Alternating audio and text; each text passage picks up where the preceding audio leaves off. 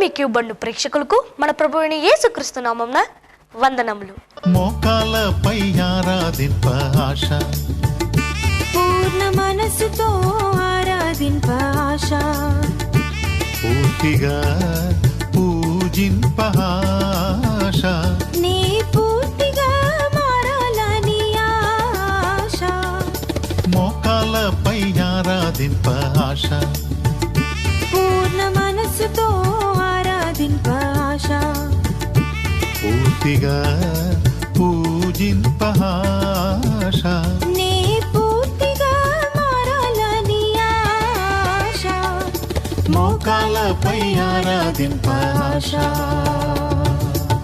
ఇప్పుడు మా daddy reverend doctor జన వసంత బాబు గారు దేవుని వాక్యం అందిస్తారు. విందామా?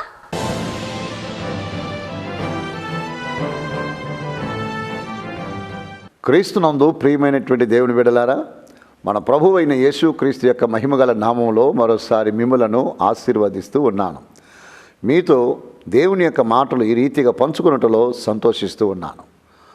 పరమగీతాల గ్రంథం 5వ అధ్యాయం 12వ వాక్యాన్ని చదువుకొని ధ్యానం చేసుకుందాం. అతని నేత్రములు నది తీరములందుండు గువ్వల వలె కనబడుచున్నవి, అవి పాలతో కడుగబడినట్టున్నవి, అవి చక్కగా తాచిన రత్నముల వలె ఉన్నవి. క్రీస్తునందు ప్రియమైనటువంటి దేవుని బిడ్డలారా, గతించినటువంటి వారంలో ఆ ప్రియుని గురించి మాట్లాడుతూ ఉన్నప్పుడు అతని శిరస్సు అపరంజి వంటిది, అతని తల వెంట్రుకలో కాక పక్షము వలె కృష్ణవర్ణములు, అవి నొక్కులుగా అగపడుచున్నవి అన్న మాటను ధ్యానం చేసుకున్నాం. గత వారము ఆయన శిరస్సును గూర్చి వర్ణించినటువంటి విధానాన్ని నేర్చుకున్నాం. ఈరోజు చదవబడినటువంటి మాటలను మీరు గమనించినట్లయితే ఆ ప్రియుని యొక్క నేత్రమును గూర్చి అభివర్ణించడం చదువుకున్నాం. ఆయన నేత్రాలు ఎలా ఉన్నాయి అని పరిశీలిస్తే ఇందులో 3 భాగాలు కనబడుతున్నాయి. ఒకటి, నది తీరములందుండు గోవ కన్నుల వలె ఉన్నాయి. రెండవది, ఆ కన్నులు పాలతో కడగబడినట్టు ఉన్నాయి. మూడవది, ఆ కన్నులు ఎలా ఉన్నాయి అంటే చక్కగా తాచిన రత్నములను పోలి కనబడుతూ ఉన్నాయి. ప్రియుని యొక్క నేత్రాలు ఎలా ఉన్నాయంటే అద్భుతమైన 3 వర్ణములను తెలియచేస్తుంది. ఎంత చక్కగా వర్ణించి ఉన్నదో చూడండి. ఆ మహాఘనుడైనటువంటి నా ప్రియుని యొక్క పరమవర్ణి యొక్క నేత్రాలు ఎలా కనబడుతున్నాయి. గోవకనులు అంటేనే చాలు, ఇంగ్లీష్ బైబిల్లో డవ్ అని చెప్పి కనబడుతుంది. డవ్ అంటే పావురము. నిజముగా పావురము యొక్క నేత్రములను పోలి ఆయన నేత్రాలు ఉన్నాయి అంటేనే చాలండి. ఎందుకంటే పావురము చాలా నమ్రత కలిగినటువంటిది. పావురం యొక్క కనులలో క్రూరత్వం ఉండదు, జాలి దయ కనబడుతూ ఉంటుంది. అవునండి, అందుచేత అలాగా ఆయన కన్నులు గోవ కన్నుల వలె ఉన్నాయని చెప్పున్నా కూడా సరిపోయేది. కానీ వర్ణనను మీరు గమనించినట్లయితే నదీ తీరములందుండు గోవ కన్నుల వలె ఉన్నాయి. ఈ నదీ తీరములో ఉన్నటువంటి గోవుల యొక్క కన్నుల యొక్క విశిష్టత ఏంటి? సామాన్యముగా పావురము గోవా అనబడినది నదీ తీరములలో అధికముగా కనబడుతూ ఉంటాయి. ఎందుకంటే నిర్మలమైన జలములను అది త్రాగుటకు, నిర్మలమైనటువంటి నీళ్ళ కోసము నదుల తీరములలో కనబడటం ఆనవాయితీ. అంత మాత్రమే కాకుండా ఆ నది తీరములో కనబడుతున్నటువంటి గోవ కన్నులు ఏం చేస్తాయంటే ఆ నదిలోనికి చూచినప్పుడు, ఆ నది నీళ్ళల్లోనికి చూచినప్పుడు ఆ పావురము యొక్క గోవ యొక్క ప్రతిబింబము నీటిలో కనబడుతుంది. దాని యొక్క ప్రతిబింబము నీటిలో కనబడగానే చాలా సంబరపడిపోతుంది. సోలమితి ఏమంటుంది ఇక్కడ? నా ప్రియుని యొక్క నేత్రాలు, అతని నేత్రములు నది తీరములందుండు గోవ కన్నుల వలె ఉన్నాయి. అంటే నది అనబడు ప్రపంచములో, నది అనబడు సంఘములో, నది అనబడు నీటిలో శ్రీమంతుడగు దేవుడు తన ప్రతిబింబమును చూసి సంబరపడుతున్నాడు. ఎందుకంటారా?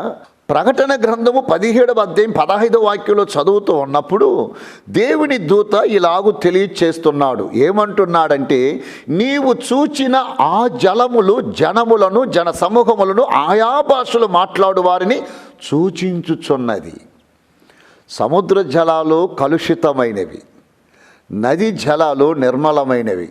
గువ్వ కన్నులో ఆ నదిలోనికి తొంగి చూచి తన యొక్క ప్రతిబింబము ఆ నీటిలో కనబడగా చాలా ఆనందముతో అక్కడ పరవశించడాన్ని చూస్తారు.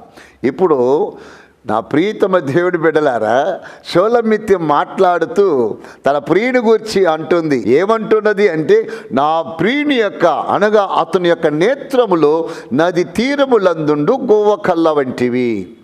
మన ప్రియుడైనటువంటి యేసు క్రీస్తు వారు, రానయ్యున్న పరమవరుడైన క్రీస్తు, ఆయన నేత్రాలు నది తీరములందుండు గువ్వ కన్నుల వలె ఉన్నాయి. అంటే అర్థమేంటి? నది అనగా సంగమునకు జనములకు ఆయా భాషలు మాట్లాడే వారికి సూచకమై ఉన్నది.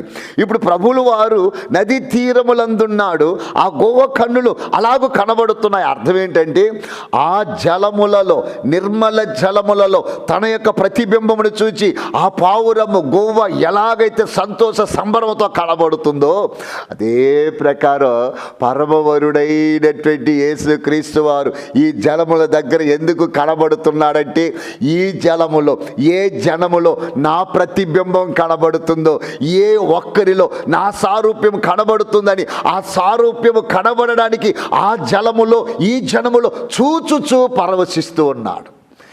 I think so.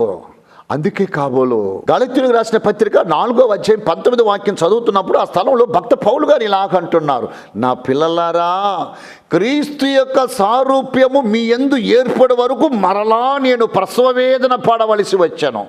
అంటే జలము అనబడిన ఈ జనములో పావురము వలె ఉన్నటువంటి యేసు క్రీస్తు వారు తన ప్రతిబింబం కనబడుతుందని చూస్తున్నాడట. Let me ask a question. ఒక చిన్న ప్రశ్న. ఆ పరమవరుడైన క్రీస్తు గువ్వ కండ్ల వంటి కన్నులు కలిగి జలమై ఉన్న మీ వైపు తొంగి చూచినప్పుడు మీలో ఆయన సారూప్యము, ఆయన పోలిక కనబడుతుందా?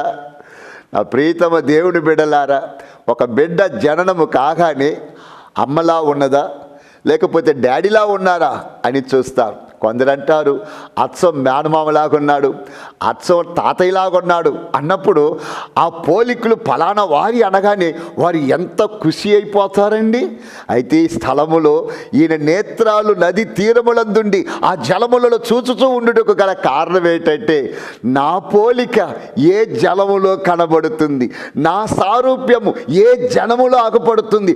ఒక వ్యక్తిలో ఆయన సారూప్యమును ఆయన చూడగలిగినప్పుడు ఆనందభరితుడైపోతాడు.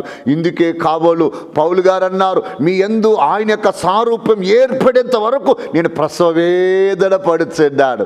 నా ప్రియతమ దేవుడి బిడ్డలారా, నది తీరములందుండు గువ్వ కన్నుల వలె ఉన్నాయి అంటే ఆయన నీలో ఆయనను చూడాలని ఆశపడుతూ ఉన్నాడు. నీలో ఆయనను నీవు కనపరచగలుగుతున్నావా?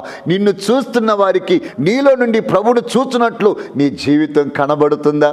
జాగ్రత్త సుమి. ఆయన ఎవరిలో ఆయనను చూస్తాడో వారిని బట్టి ఆనందిస్తాడు. అందుకనే ఆయన కన్నులు, అతని నేత్రములు నది తీరములందుండు గువ్వ కన్నుల వలె ఉన్నవి. నా ప్రియతమ బిడ్డలారా, ఆ గువ్వ కన్నులు, పావురం యొక్క కన్నులు అనేటువంటివి ఎలాంటి అంటే రాబందులాగా, లేకపోతే గ్రద్దలాగా, లేకపోతే కాకిలాగా కఠోరమైన చూపో, పక్క చూపో, ఇంకొక రకమైన చూపు ఉండదండి. ఆ పావురవుడు చూస్తున్నప్పుడే ఆ కళ్ళల్లో నమ్రత కనబడుతుంది, ఆ కళ్ళల్లో దీనత్వం కనబడుతుంది, ఆ కళ్ళల్లో కనికరము కనబడుతుంది. నా ప్రియుడు, నా యొక్క వరుడు, అతని యొక్క నేత్రములు గువ్వ కన్నుల వలె ఉన్నాయి. అంటే ఆ ప్రభువైన యేసు క్రీస్తు వారి యొక్క కన్నులలో, పావురము యొక్క కన్నుల్లో ఎలాంటి ఒక నమ్రత, జాలి అగపడుతుందో, నా ప్రభు కన్నుల్లో అలాంటి జాలి, నమ్రత కనబడుతుంది అని షోలమితి తెలియచేస్తుంది. నిజమే కదండి. పరిశుద్ధ గ్రంథములో లేఖనాలను పరిశీలించినట్లయితే మత్తయి శుభవార్త 9వ అధ్యాయం 36వ వాక్యం చదువుతున్నప్పుడు ఆ స్థలములో ఈ రీతిగా వ్రాయబడాన్ని మనం చూడగలం. ఒక్కసారి చదువుకుందాం. ఆయన సమూహములను చూచి వారు కాపరి లేని గొర్రెల వలె విసిగి చెదరియున్నందున వారి మీద కనికెరపడి, కోత విస్తారమే గాని పనివారు కొద్దిగా ఉన్నారు. ఆయన జన సమూహాన్ని చూచాడు. చూడగానే ఒక్కటి అర్థం చేసుకున్నాడట, ఈయన ప్రజలు కాపరి లేని గొర్రెల వలె జీవితంలో విసికి చెదిరి చెల్లా చెదరై ఉన్నారని గ్రహించాడట. ఆ చూపు చూడండి, వారి చూచిన వెంటనే కాపరి లేని గొర్రెల వలె ఉన్నారని వారి మీద కనికరపడాడు. అంటే ఆయన నేత్రములో, ఆయన చూపులో నమ్రత, కనికరము కనబడుతుంది. అందుకని షోలమిత్ అంటుంది, అతని కన్నులు నది తీరములందుండు గొవ్వ కన్నుల వలె ఉన్నవి. పావురం యొక్క నేత్రాలు ఎంత నమ్రతతో కనబడుతున్నాయో అదే ప్రకారం నా ప్రభు యొక్క నేత్రాలు కూడా కనికరముతో కనబడుతున్నాయి. ఈ యొక్క వర్తమానం వింటున్న సమయంలో నా ప్రియమైనటువంటి సహోదరుడా, నా ప్రియమైనటువంటి సహోదరి, ప్రేక్షకులారా, ఒకవేళ మీ వ్యక్తిగత జీవితంలో చెదిరిపోయిన అనుభవంలోనో, కాపరి లేని అనుభవంలోనో, తండ్రిని పోగొట్టుకున్న అనుభవంలోనో, తల్లిని పోగొట్టుకున్న అనుభవం లేనో, ఆదరించువారు లేక, సేద తీర్చువారు లేక, పిలుచువారు లేక, ఒక పూట భోజనము పెట్టువారు లేక నీవు సతమతమవుతుంటే ప్రభు కన్నులు అట్టి వారిని చూచి కనికరపడుతున్నాయట. అందుకే షోలమిత్ అన్నది, ఆయన నేత్రములు నది తీరములందుండో గోవ కన్నుల వంటివి. నీ యందు కనికరపడే కన్నులు కలిగిన వాడు నా ప్రభువైన యేసుక్రీస్తు. ఆ జనములను చూడగానే కనికరపడ్డాడట. చెల్లాచెదరైపోయారని వారి నిమిత్తము జాలి కలిగిన వాడై అగుపడ్డాడు. అందుచేత షోలమితి ఆయనను గూర్చి చెబుతూ ఉన్నప్పుడు అతని నేత్రములు గోవ కండ్ల వంటివి. రెండవది, మత్తయి సువార్త 14 వాక్యంలో చదువుతున్నప్పుడు ఆడ ఇంకొక విధముగా ఆయన కన్నులు కనబడుతూ ఉన్నాయి. ఆయన వచ్చి ఆ గొప్ప సమూహమును చూచి వారి మీద కనికిరపడి వారిలో రోగులైన వారిని స్వస్థపరచెను. ఎంత అద్భుతమండి! ఈ స్థలంలో చూస్తున్నాం, అక్కడ ఒక గ్రూప్ ఆఫ్ పీపుల్ అగుపడుతున్నారు. నా ప్రభులు వారు వారిని చూడగానే మరలా ఆయన కన్నుల్లో నుంచి కనికరాలు బయలుదేరుతూ ఉన్నాయి. వాక్యంలో రాయబడ్డది, వారిని చూడగానే కనికరపడి రోగులను, వ్యాధిగ్రస్తులను బాగు చేశాను. ఇప్పుడు ఎవరి మీద కనికరపడ్డాడంటండి? రోగులను చూచి కనికరపడ్డారు. ఈరోజు రోగం వచ్చిందంటే, వ్యాధి వచ్చింది అంటే ఎన్నో కుటుంబాలు చూస్తున్నాం. వ్యాధి కలిగి వ్యాధి ముదిరినప్పుడు వారిని బయట పంచలో నెట్టివేసేవారు ఉన్నారు, వారిని పట్టించుకోకుండా విడిచిపెట్టిన వారు ఉన్నారు. అయ్యో వారిని సమీపిస్తే నాకేమన్నా వస్తుందని భయపడేవారు ఉన్నారు. నా ప్రియమైన బిడ్డలారా, యేసు క్రీస్తు వారు అనగా నా ప్రాణప్రియుడు, పరమవరుడు అలాంటి స్థితిలో ఉన్న వారిని చూడగానే కనికరపడ్డాడట. కనికరపడి వారిని స్వస్థపరచడానికి ముందుకెళ్ళాడు. ఈ వర్తమానం వింటున్న సమయంలో, అవును దైవజనుడా, నాకు కలిగిన ఈ రోగమును బట్టి, నాకు కలిగిన ఈ వ్యాధిని బట్టి నా ఇంటి వారు నన్ను చూడటం లేదని, నా ఇంటి వారు నన్ను వెలివేశారని, వారు తింటున్న ప్లేట్లో నాకు ఇవ్వటం లేదని, నా యొక్క పళ్ళెమును, గ్లాసును సెపరేట్ చేశారని మానసికంగా కుమిలిపోతున్నావా? శారీరకమైన రోగం ఒకవైపు బాధకరమంటే, మనుషులు చేయుచున్న ఇట్టి క్రియల వల్ల మానసికమైన ఒత్తిడి అధికమైపోతుంది. అయితే నా ప్రియమైన బిడ్డలారా, నా వరుడు, పరమవరుడైనటువంటి యేసుక్రీస్తు యొక్క నేత్రాలు గద్ద నేత్రములు కాదు, రాబందు నేత్రములు కాదు. ఆయన కన్నులు, ఆయన నేత్రములు చూచినప్పుడు షోలమిత్ అంటుంది, నా ప్రియుడి యొక్క నేత్రములు నది తీరములందుండు గోవ కళ్ళు వలె కనబడుతున్న, ఎట్లాంటి రోగముతో ఉన్నా, ఎటువంటి వ్యాధితో ఉన్నా ఆయన తాకి బాగు చేయగలవాడు. ఒక రోజు ఆయన వర్తమానం ముగిస్తున్నాడు. కొండ ప్రసంగం ముగించి ఇలా దిగి వస్తూ ఉండగా ఒక కుష్ఠరోగి యేసు ప్రభు వారిని సమీపిస్తున్నాడు. నా ప్రియమైన బిడ్డలారా, ధర్మశాస్త్ర కాలములో ధర్మశాస్త్రము చెబుతుంది, ఒకవేళ కుష్ఠు రోగము కలిగిన వాడు మీ కంట పడినట్లయితే రాళ్ళు రువి చంపవలెను. ఆ మరణానికి భయపడి కుష్ఠరోగి అయిన వాడు ఏం చేయాలంటే తన పై పెదవిని కప్పుకొని, తలయు విరబోసుకొని, బట్టలు చింపుకొని తిరగాలి. ద సేమ్ టైం ఒకవేళ మార్గ మధ్యములో తారసపడినట్లయితే అపవిత్రుడని కేకలు వేయాలి. ఇవి లేకుండా ఒకవేళ ఎవరి కంటైనా పడినట్లయితే వాడు రాళ్ళతో కొట్టబడి చంపబడాలని ధర్మశాస్త్రం చెబుతుంది. అంచేత కొండల్లో, కొండ బండల్లో కాలయాపన చేస్తూ కన్నిటిని అన్నపానాలుగా పుచ్చుకుంటున్న ఒక కుష్ఠరోగి జీవితంలో తొలిసారి యేసయ్య మాటలు విన్నాడు. తొలిసారి యేసయ్య మాటలు విన్నాడు. సంఘ సమాజాలకు భయపడి మనుషులకు కనబడక రాళ్ళ బండ సందులో జీవిస్తున్నవాడు యేసయ్య మాటలు వినగానే ఆ కొండ బండ సందుల నుంచి బయటకు వస్తున్నాడు. నేను అర్థం చేసుకునేది ఏంటో తెలుసా? ఎప్పుడు యేసు క్రీస్తు వారి యొక్క బోధన విన్నాడో వాడి లోపల నూతన ధైర్యాన్ని తెచ్చింది. వాడి లోపల నూతన ధైర్యం వచ్చింది. ఆ ధైర్యముతో బయటకు వస్తున్నాడు. జనములతో కిక్కిరిసిపోయి ఉన్నారు. యేసు ప్రభు వారిని సమీపిస్తున్నాడు. వాడి జీవితంలో చూడండి, ధర్మశాస్త్రము నిర్ణయించింది వాడు పక్కకి వెళ్ళిపోవాలని, వెలివేయబడాలని, జనముల కంట పడితే వారు చంపుతారని తెలుసు. అయినా నూతన ధైర్యం తెచ్చుకున్నాడు. యేసయ్య దగ్గరకు వచ్చాడు. ప్రభుల వారితో అంటున్నాడు, ప్రభు నీకు ఇష్టమైతే నీవు నన్ను బాగు చేయగలవని. యేసు ప్రభులు వారు చెప్పారట, నాకు ఇష్టమే, నువ్వు శుద్ధుడు కమ్ము అని చీము రక్తము కారుతూ అసభ్యముగా ఉన్నటువంటి భయంకరమున్న వాణిని అలాగ ముట్టుకున్నాడట. ఏంటి ప్రభువా అని అడిగాను. సోలమిత్ అంటుంది, నా ప్రియుని యొక్క నేత్రములు, అతని యొక్క నేత్రములు కనికరము కలిగిన, నమ్రత కలిగిన, జాలి కలిగిన, దయ కలిగిన గోవ కండ్ల వంటివి. కాబట్టి ఆ జనములు వేదనతో వ్యాధితో ఉండడాన్ని చూచి ఆయన కనికరపడి అనేకులను స్వస్థపరిచాడు. ఈ వాక్యము వర్తమానం వింటున్న నీ జీవితంలో ఒకవేళ ఇలాంటి చేదైన అనుభవంతో కుటుంబానికి, సంఘానికి, సభ్యులకి దూరముగా ఉంటూ మానసికంగా నలిగిపోతున్నావంటే నా ప్రియమైన ప్రేక్షకులారా, ఆయన కన్నులు కనికరము కలిగిన కన్నులు, నిన్ను స్వస్థపరిచే చేతులు.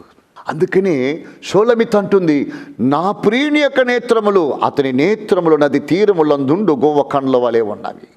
అంత మాత్రమే కాదు, జనసమూహమును చూడగానే వారు కాపరి లేని గొర్రెల వలె ఉన్నారని కనికరపడ్డాడు. వ్యాధిగ్రస్తులను చూడగానే కనికరపడి స్వస్థపరిచాడు. అంత మాత్రమే కాదు, మత్తయి శుభవార్త 15:32 వాక్యం చదువుతున్నప్పుడు ఆయన యొక్క కనికరము ఇంకొక విధముగా కనబడుతుంది. ఒక్కసారి ఆ భాగాన్ని చదువుకుందాం.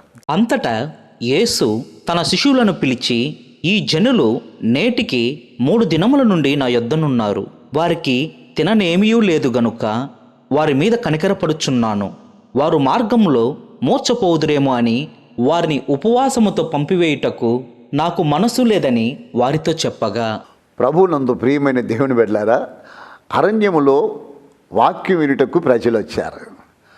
అరణ్యములో ఆయన యొద్దకు వచ్చిన వారికి అందరికీ సమృద్ధి అయిన ఆత్మీయ ఆహారం పెట్టాడు. 3 దినములైంది, జనాలు తిరిగిపోతున్నారు. ప్రభువులు వారు అంటున్నారు, ప్రభువులు వారి యొక్క ఉద్దేశాన్ని గమనించండి. ఈరోజు దేవుడి పిల్లలు, క్రైస్తవ సేవకులు దీన్ని బహు జాగ్రత్తగా గమనించాలి. యేసు క్రీస్తు వారు ఆధ్యాత్మికమైన ఆహారమును పెట్టి వారిని పంపలేదు. ప్రభులు వారు అంటున్నారు, వారిని ఇలాగే పంపిన ఎడల మార్గములో మూర్ఛిల్లుదురు, వారు సోలి తూలి తొట్టిల్లుతారు.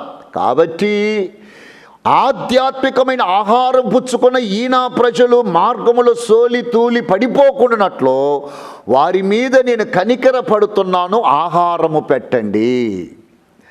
ఎంత జాలిగల దేవుడండి! దేవాతి దేవుడు ఆయన యొక్క భావోద్రేకాలు చూడండి. ఆత్మకు మాత్రమే ఆహారము కాదు, వారి శరీరానికి కూడా కావలసిన వాటిని దర్శించండి అన్నాడు. ఈరోజు చాలామంది ఆత్మీయ ఆహారాన్ని మాత్రమే పెట్టి వీరి శరీరానికి కావలసిన వాటిని వారి దగ్గర ఎదురు చూస్తున్నారు. కానీ ప్రభువులు వారు అట్లా కాదు, ఆత్మీయ ఆహారాన్ని పెట్టి శారీరకమైన ఆహారమును పెట్టండి. ఆధ్యాత్మికముగా వారి అక్కర్లు సంధింపబడాలి, భౌతికముగా వారి అక్కర్లు సంధింపబడాలి. 2 అక్కర్లను సంధిస్తూ ఆకలితో అలమటిస్తున్న వారికి కనికరమును చూపిస్తూ ఉన్నాడు. నిజమే, ఆయన కన్నులు నీ మీద నా మీద పడ్డాయి. ఆయన కను మేరలో నువ్వు కనబడ్డావు, ఆయన దృష్టిలో నీవు ఉన్నావు అంటే కనికర పూర్ణుడు ఆయన. కోపము లేదు, ఆ కన్నుల్లో క్రూరత్వం లేదు. అందుకనే తల్లి అంటుంది, అతని నేత్రములు నది తీరములందుండు గోవ కన్నుల వలె కనబడుతూ ఉన్నాయి. ఆయన నేత్రములు ఎలాంటివి అంటే పావురము నేత్రుల వలె నమ్రత, కనికరము, జాలి నిండిన కన్నులు. కాబట్టి చెదిరిపోయిన వారిని చూచి కనికరపడ్డాడు. రోగముతో ఉన్న వారిని చూచి కనికరపడ్డాడు. అంత మాత్రమే కాదు, ఎవరు ఆకలితో ఉన్నారా అని చూచి వారి మీద కనికరపడ్డాడు.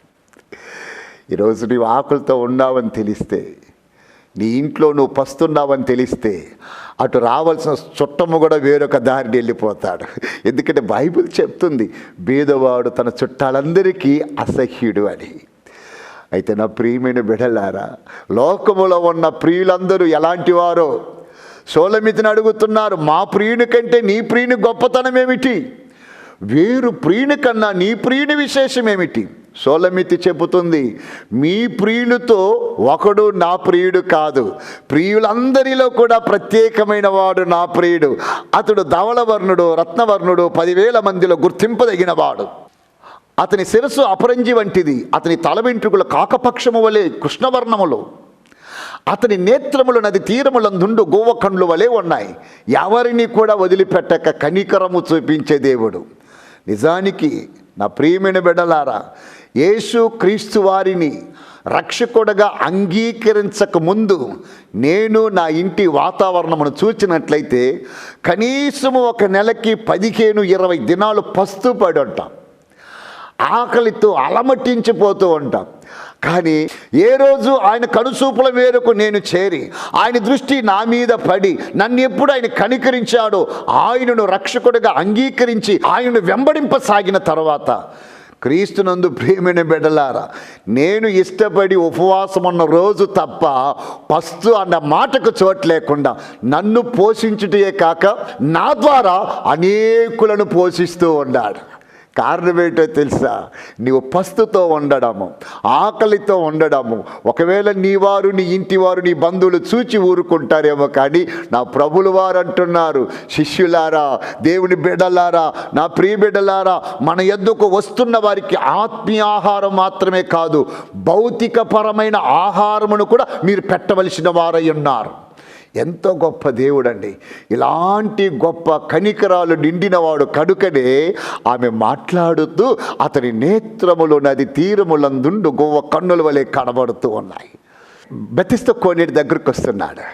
నా ప్రియమైన బిడ్డలారా, బెతెస్దా కోనేటి దగ్గరకు వస్తున్నప్పుడు అనేక మంది వ్యాధిగ్రస్తులు కనబడుతున్నారు. ఓచ చేయగలవారు, ఓచ కాళ్ళు కలవారు, గుడ్డివారు, కుంటివారు కుప్పలు తిప్పలుగా పడి ఉన్నారు. 5 మంటపాలలో. ఆ మంటపాల దగ్గరకు, బెతెస్దా కోనేటి దగ్గరకు నేను కూడా వెళ్ళి ఆయన చేసిన అద్భుతమును, ఆ స్థలములో ఏ స్థలములో అద్భుతమును చేసాడో ఆ స్థలమును చూచి రాగలిగాను. ఆ స్థలములోనికి రాగానే నా ప్రభు యొక్క కన్నులు మీరు గమనించారండి. యోహాను శుభవార్త 5వ అధ్యాయం 6వ వాక్యం మీరు చదవగలిగినట్లయితే, ఆ బెతెస్దా కోనేటి యొద్దకు రాగానే నా ప్రభువైన యేసు క్రీస్తు యొక్క కనుదృష్టి ఒకని మీదకి వెళుతుంది. ఎందుకో తెలుసా? వాడప్పటికి బహుకాలము నుండి ఆ స్థితిలో ఉన్నాడని ఎరిగి నీవు స్వస్థపడగోరుచున్నావా అని అడిగాడట.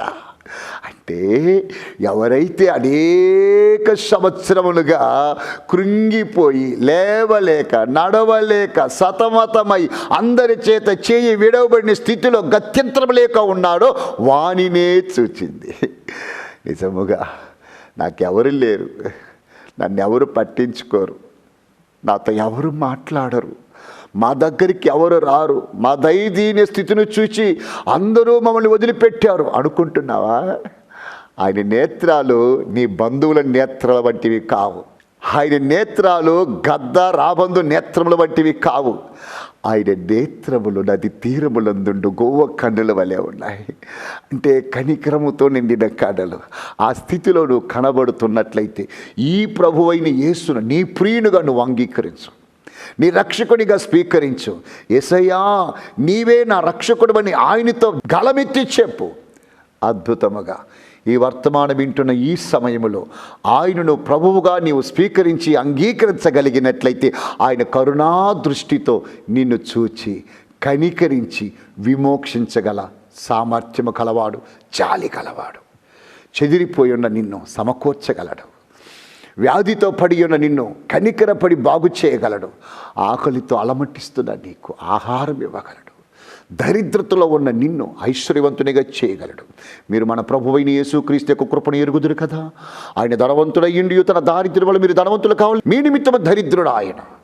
ఎస్, టుడే ఈరోజు ఈ వర్తమానం వింటున్న ఈ సమయంలోనే నిన్ను నీవు ఆయనకు అప్పగింతలు చేసుకొని ఆయనకు నువ్వు లోబడగలిగితే ఆ కనుదృష్టి నీ మీద, ఆ కనుదృష్టి నిన్ను చూచి, ఆయన నేత్రములు నిన్ను చూచి నీకు విడుదల కలిగిచేస్తుంది. అదే బాకులు మీరు చూడండి, అవి పాలతో కడగబడినట్టున్నవి, చక్కగా తాచిన రత్నమును పోలి ఉన్నవి. నది తీరముల నుండి గోవ కన్నులవలే ఉన్నాయి. బాగుంది. అదే కన్నులు ఎలా ఉన్నాయంటే పాలతో కడగబడినట్లు ఉన్నాయి అంటాడు. చక్కగా తాచిన రత్నం వలె ఉన్నవి అంటాడు. అసలు ఆ కన్నులు పాలతో కడగబడ్డాయా, రత్నం వలె చక్కగా తాచబడ్డాయా? ఏంటి? వచ్చేవారం ధ్యానం చేసుకుందాం. ఈ వారము ఆయన మీతో మాట్లాడిన మాటను బట్టి ఆయన కన్నులు, నిన్ను కనికరించు కన్నులు ఒక్కసారి ఆ సిలువ చెంత చేరి ఆయన రెక్కల నీటికి రాగలిగావంటే ఏ పరిస్థితుల్లో నీవు ఉన్నా ఈరోజు ఇప్పుడే కనికరించి ఆదరించగలడు. ప్రార్థన చేసుకుందాం. మహాగణుడు వగు మా తండ్రి, నది తీరములందుండు గోవ కన్నుల వలె మంచి నమ్రత కనికరముతో నిండిన నీ నేత్రాలను బట్టి స్తోత్రాలు. ఒకవేళ ఈ కార్యక్రమం వీక్షిస్తున్నటువంటి నా ప్రీతమ బిడలలో, ప్రేక్షకులలో నాన్న చెదిరిపోయిన వారుగాను, వ్యాధితోనో ఆకలితోనో విడవబడిన స్థితిలో కృంగిపోయి సతమతమవుతున్న వారికి ఎవరన్నా ఉన్నారు అంటే నీ కనుదృష్టి వారి మీద ఉంచినందుకు స్తోత్రాలు అయ్యా. వారిని ఈరోజు కనికరించినందుకు స్తోత్రాలు యేసయ్యా. పలికిన మాటలు విన్న ప్రతి గుండెల్లో ముద్రించండి. బోరాతని మ్రోకినప్పుడు ఎత్తబడే పరివారంలో కనబడినట్లు నాయన నీ కనుచూపు మేరల్లో అయ్యా నీవు చూడగానే సహోదరుడా ఇదిగో నీ తల్లి అని చెప్పగలుగునట్లు, అమ్మా ఇదిగో నీ కుమారుడిని పలకగలుగునట్లు నీ కనుచూపు మేరల్లో వీరు ఉండుటకు, నీ సన్నిధిని ప్రేమించుటకు నూతన ఆత్మను ఇచ్చినందుకు స్తోత్రాలు చెల్లిస్తున్నాం. దీవించి నీ దాసులు ఏ విధముగా సతమతమవుతున్నారో ఆ సమస్యలన్నిటిని పరిష్కరించి కృపా కరుణ కటాక్షలతో అలంకరించి మహిమంతమని క్రీస్తు యేసు యొక్క ఉన్నత నామములో ప్రార్థించి వేడుకుంటున్నాను తండ్రి. ఆమేన్. మన పరమ తండ్రి అయిన దేవుని కృప, కుమారుడైనటువంటి యేసు క్రీస్తు యొక్క ప్రేమ, పరిశుద్ధాత్మ యొక్క అన్యోన్య సహవాసం ఈ కార్యక్రమం వీక్షించుతున్న ప్రేక్షకులకు, ఈ కార్యక్రమంలో నాతో కలిసి శ్రమించినటువంటి బిడ్డలకు, ఈ కార్యక్రమునకై స్పాన్సర్ చేసినటువంటి ప్రియ కుటుంబమునకు ఆయన మేఘారుడై మధ్య ఆకాశములో ప్రత్యక్షమయ్యేంత వరకు తోడై నడిపించునుగాక. ఆమేన్. ఆమేన్. God bless you all.